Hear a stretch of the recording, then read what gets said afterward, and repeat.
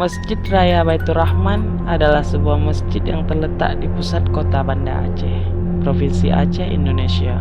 Masjid Raya Baitur Rahman adalah simbol agama, budaya, semangat, kekuatan, perjuangan, dan nasionalisme rakyat Aceh.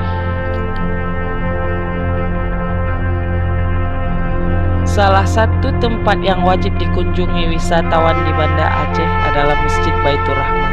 Masjid kebanggaan masyarakat Aceh tersebut dikenal cukup fenomenal.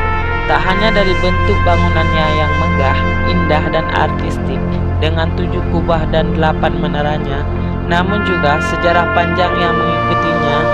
Nama Masjid Baitur Rahman makin mendunia saat terjadi tsunami akhir tahun 2004 silam.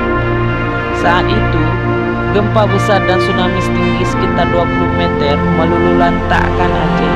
Nyaris seluruh bangunan ibadah Aceh hancur, lebur. Namun meski dilalui gelombang air bah raksasa, masjid ini selamat dari kerusakan parah. Selain sebagai tempat ibadah, Masjid Baitur Rahman juga menjadi tempat wisata bagi warga Aceh dan daerah-daerah sekitar. Menjelang sore hari, tempat ini tidak tampak sepi. Anak-anak, remaja,